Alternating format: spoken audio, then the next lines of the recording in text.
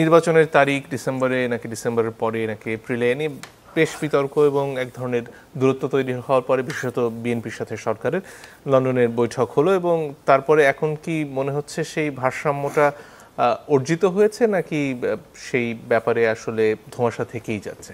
দেখেন, নির্বাচনের তারিখ ঘোষণার বিষয়টি আমার কাছে না কেমন যেন ঘোলাটে লাগছে। ঘোলাটে কেন?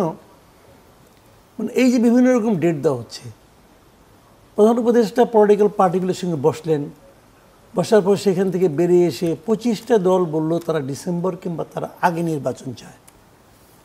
3টার মতো দল বলল তারা ডিসেম্বর থেকে জুন যে সময়সীমা আগে ঘোষণা করেছিলেন ওই সময় হলে কোনো সমস্যা নেই।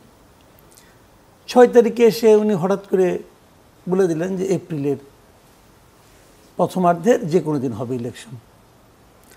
আবার লন্ডনে যে নিয়ে উনি দুজনের সঙ্গে বৈঠক করেন, বৈঠক করে বললেন নির্বাচন হবে ফেব্রুয়ারিতে। আমার কাছে যেটা মনে হয় যে এই সবই ঠিক আছে, ডেট দিতে পারে, কিন্তু কোন ডেটটা কেন দেওয়া হচ্ছে এর পিছনে কোনো লজিক আমি এখনো দেখতে পাচ্ছি না।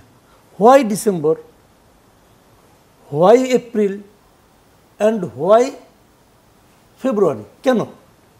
কারণটা ব্যাখ্যা করেন রে ভাই। একটা লজিক তো থাকবে। সারা দেশ জুড়ে এত বড় একটা যজ্ঞ হবে, এত বড় একটা ঘটনা ঘটবে, মানুষ ইনভলভ হবে, মানুষ ভোট দিবে।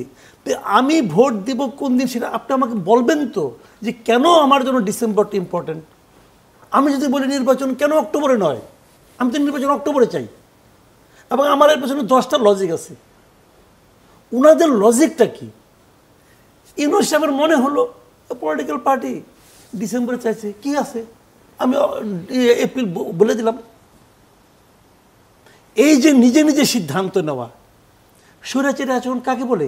ইহাকেই বলা হয় আমি যেটা মনে করেছি তুমি সেটা মানবা, এবং আমি এটা কেন মনে করেছি এই ব্যাখ্যাটা আমি দিব না, আমার ইচ্ছা। কেউ এ পর্যন্ত কোনো ব্যাখ্যা দিছে? কেউ কোনো ব্যাখ্যা পান? কারো কাছে কোনো ব্যাখ্যা পাবেন না। কিন্তু আমি বলছি, আচ্ছা বিএনপি আন্দোলন করতেছে যে আমি ডিসেম্বরে ইলেকশন চাই, খুব ভালো আন্দোলন করেছে। আমি ধরে নিয়েছি বিএনপি একটা এত গণমানুষের দল, তারা যখন ডিসেম্বর চেয়েছে নিশ্চয়ই তারা জনগণের মতামত দিছে, ডিসেম্বর চাইছে, অথবা জনগণের পালস তারা অনুভব করতে পেরেছে। কারণ সারা দেশে তার তো দল আছে, সারা দেশে তার নেতা কর্মী আছে, তো আপনাদের কাছ থেকে হয়তো শুনে বুঝছেন না দেশের মানুষ এখন ডিসেম্বরে চায়। তো আপনি ডিসেম্বর থেকে যে 2 মাস পিছাইলেন কেন? কারণটা ব্যাখ্যা করেন রে ভাই। যে আমি ডিসেম্বর চেয়েছিলাম, ওইটা ভালো হলো না, অতএব আমি ফেব্রুয়ারিতে যাব। আপনি ডিসেম্বর থেকে ফেব্রুয়ারিতে যাওয়ার পিছনে কী সুবিধা এটা জাতির? আপনার কী সুবিধা আমার জানার কোনো আগ্রহ নাই। আপনি তো ভাই জনগণের উপর ডিপেন্ড করতেছেন। জনগণ যদি কালকে আপনাকে ত্যাগ করে, আপনি কিন্তু নোবডি। এটা শেখ হাসিনা টের পাইছে। শেখ হাসিনার উদাহরণ আপনাদের ওটা মাথায় রাখা উচিত। জনগণকে ত্যাগ করতে কোনো সমস্যা নাই।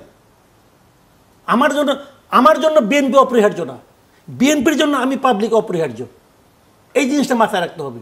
কাজে তারা কেন এগুলি করে কেউ কোনো জবাব দেবে না। আমার ইচ্ছা আমি চাইলাম, কারণ আমি দলের মহাসচিব, আমি দলের নেতা, আমি এই দেশের হর্তাকর্তা, আমি প্রধান উপদেষ্টা, আমি যেটা বলবো এটা কেন কেন প্রধান উপদেষ্টাকে এই এপ্রিল নির্ধারণ করার জন্য কোনো বিশেষ এক্সপার্ট কমিটি করছিল?